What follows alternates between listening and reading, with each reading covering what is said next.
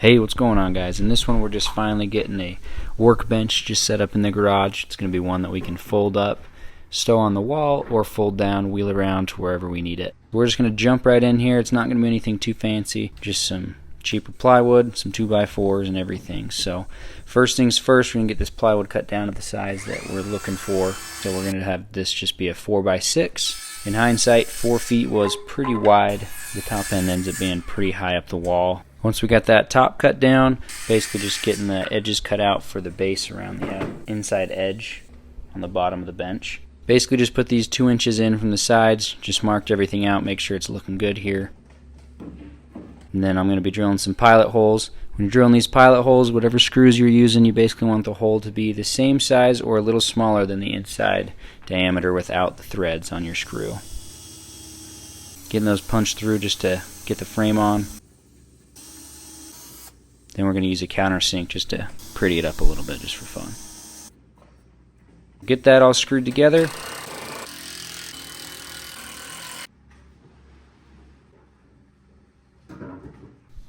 And we got a sliver in the hand, of course. Basically I ended up trying to mark out where holes should be on top of the board. Should end up being kind of a dumb idea. I marked exactly where they should be, but of course they never end up quite where you're expecting them to. So on this first couple they worked out, got them lined up with my pilot holes drilled in the frame. That middle one I fussed with on that side for a bit, just ended up putting it in wherever it landed. But once we jumped to that second edge, they're all a little bit off, so I just punched them in. Then just getting everything marked for the long edges. Did these right, actually popped them in after the frame was on. But that last hole I snapped my bit off in. Wasn't really sure what to do about that. What? So I just ended up smashing a screw in there and it worked out just fine. So we got the rest on and that workbench settled in. Next we're just getting the legs screwed together. We're going to just screw 2 2x4s. These legs are about 3'6", so once we add the wheels they'll be just under 4 feet, like 3'9" or so. So got those screwed together, and then I'm just getting holes punched through for the lag bolts to run so the legs can fold in and out.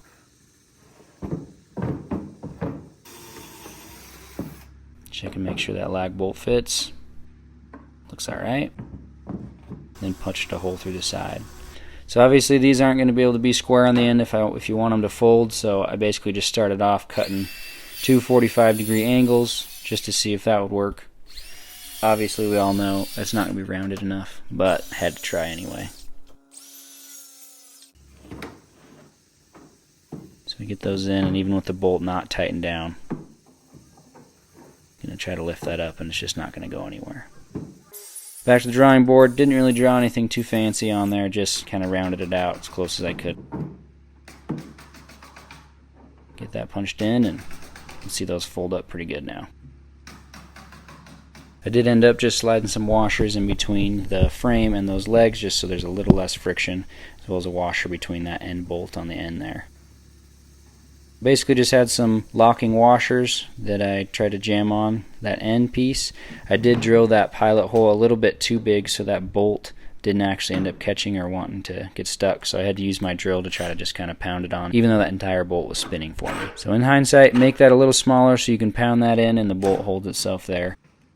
Basically did that 4 more times.